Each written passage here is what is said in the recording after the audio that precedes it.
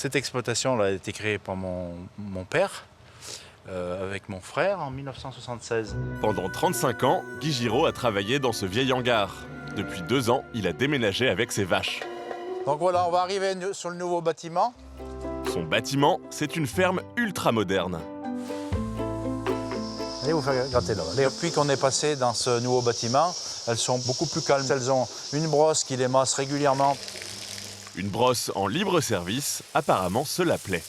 Et elles y vont d'elles-mêmes? Ah oui, bah vous voyez, hein, c'est séance massage qui peut durer des fois très longtemps. Hein. Et on change de position et on se fait masser devant et derrière. Elle est pas belle la vie. Les agriculteurs ont les pensées archaïques, tournées vers le passé. Il n'en est rien. L'agriculture se modernise, le high-tech s'est installé dans les fermes. À quoi ressemblent ces fermes du futur? Quels en sont les bénéfices? En Rhône-Alpes, la ferme de Guy est une référence en matière de nouvelles technologies. Les vaches ont gagné leur indépendance. Elles sont libres de faire absolument ce qu'elles veulent. Vous voyez, elles vont se faire masser, ensuite elles vont aller se faire traire, elles vont aller manger, elles vont aller se coucher. Elles retrouvent un peu comme au pré, hein, leur état un peu naturel. Là, on va avoir une vache qui va se traire. Docile, une vache qui mérite bien son nom, choisit elle-même le moment de sa traite, de jour comme de nuit. Elle se place au bon endroit, la machine fait le reste. Là, on a un brossage des trayons pour, on va dire, enlever d'éventuelles impuretés qui ont pu se coller dessus. Hein. Ensuite, vous allez voir un laser donc, qui va balayer la mamelle pour repérer les trayons. Et ensuite, on a un rinçage à l'eau claire entre chaque vache. Donc il y a vraiment une hygiène. Je dirais par rapport à avant, on n'avait pas tout ça, quoi. Les vaches se font traire jusqu'à 4 fois par jour par le robot sans rechigner. À cela, une bonne raison, une collation est offerte en échange du lait. C'est un petit peu comme un enfant on lui donne un bonbon, il court. On remarque nous aussi, on court des fois parce que quand on est gourmand. Mais attention, pas d'excès. Le robot détermine la dose de nourriture à distribuer. Chaque vache est suivie grâce à son collier électronique. On a vu rentrer la vache docile, donc elle pèse 704 kg. Donc elle va avoir droit à 2,91 kg. Pour une telle machine, Guy a dû débourser près de 150 000 €. Le calcul a été vite fait, hein. On a préféré faire ce choix-là. Moi qui ai traité pendant 30 ans, très sincèrement, je ne reviendrai pas en arrière. Si la machine tombe en panne, tout est prévu. C'est la seule machine qui traite toutes les vaches. Ça veut dire qu'on ne peut pas se permettre de rester en panne une demi-journée, voire une journée. C'est pas possible. Il faut savoir que chaque éleveur qui achète un robot, il sait que le technicien aura la capacité d'intervenir en moins de 2 heures. Et quand l'agriculteur met la main à la pâte, ce n'est plus avec sa fourche. Guy a installé une griffe géante, le foin situé en hauteur et brassé par de l'air chaud. Le principe du séchage en grange, c'est récolter le fourrage avant qu'il ne soit sec, pour qu'il garde toutes ses propriétés. C'est donc cuit à point qu'il est servi à ces dames. C'est un menu 4 étoiles, on pourrait presque dire. Un menu gastronomique qu'il ne faut pas gâcher. Là encore, c'est un robot qui s'occupe de tout. Elles ont toujours tendance à pousser, elles trient, quoi. Voilà. Et le robot pousseration, lui, à chaque fois, il va pousser un tout petit peu, de façon à ce qu'elles aient un peu de tout le temps. Vous voyez, cette fibre-là, il faut absolument qu'elle puisse la manger, parce que c'est ce qui va la faire ruminer. Elle mangerait que du concentré, elle ne serait pas bien, la vache. C'est un ruminant, d'abord, hein, la vache. Résultat, Julien, en contrat d'alternance dans la ferme de Guy, apprend le métier, les mains dans les poches.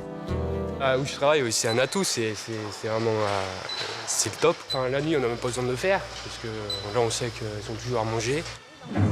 Toutes ces innovations, avant d'être commercialisées, sont étudiées dans des fermes expérimentales. Les 2 phases cruciales dans le cycle d'une vache laitière, la période de chaleur et le vélage, sont surveillées de près, ou plutôt à distance. Le podomètre qui mesure le nombre de pas que l'animal fait dans la journée. Donc lorsqu'il est en chaleur, naturellement, le déplacement va être plus important. L'activité des 110 vaches est transmise en temps réel à un ordinateur. Encore plus innovant, lors d'une urgence comme la naissance d'un veau, le vacher reçoit un SMS. Je reçois un texto là d'une vache équipée du Velphone, où là on a un vélage attendu sous les 48 heures. Chaque vache sur le point de mettre bas est équipée d'une sonde. Celle-ci est directement reliée à une base GSM. C'est elle qui déclenchera l'envoi du SMS à Alexandre.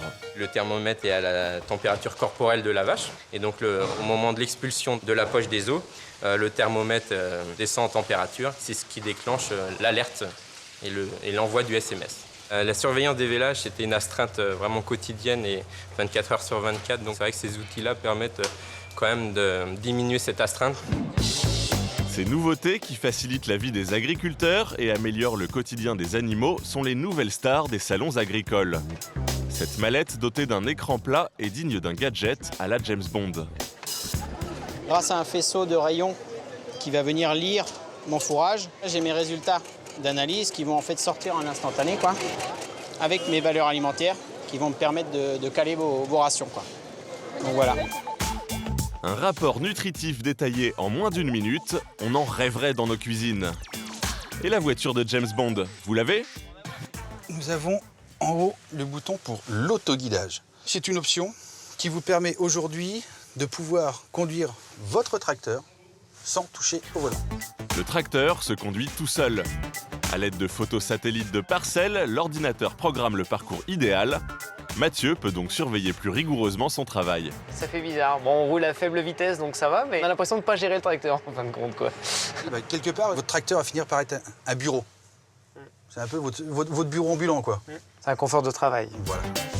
Grâce aux images satellites, le tracteur essaime automatiquement sur le sol plus ou moins d'engrais selon les caractéristiques du champ.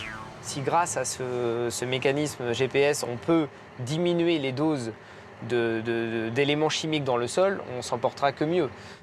Allez, à table. Grâce aux nouvelles technologies, des agriculteurs ont pu réduire leur temps de travail par 2 et améliorer leur qualité de vie. Et après l'effort, le réconfort.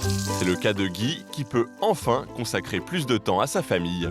Il n'y a pas la même tension, pas le même stress qu'il y avait avant. Surtout le soir, quand on sait qu'il n'y a pas la traite à faire. On sait qu'il y a nos petits veaux à s'occuper, nos vaches à aller voir quand même, parce qu'il faut quand même, y a un petit peu de travail quand même. Mais voilà, on est plus détendu. Avec toutes ces mécanisations mises en place, organiser des vacances est désormais possible. On peut partir plus facilement à l'improviste, tandis qu'avant, on ne pouvait pas dire un week-end sur 2, parce qu'il y a toujours quelque chose, trop de boulot. D'ailleurs, ce week-end, on part à Paris. On part vendredi matin, là, 3 jours. Ah oui, là, c'est le top, là. Ouais. Espérons pour lui que sa vache ne lui envoie pas de SMS pendant ses vacances.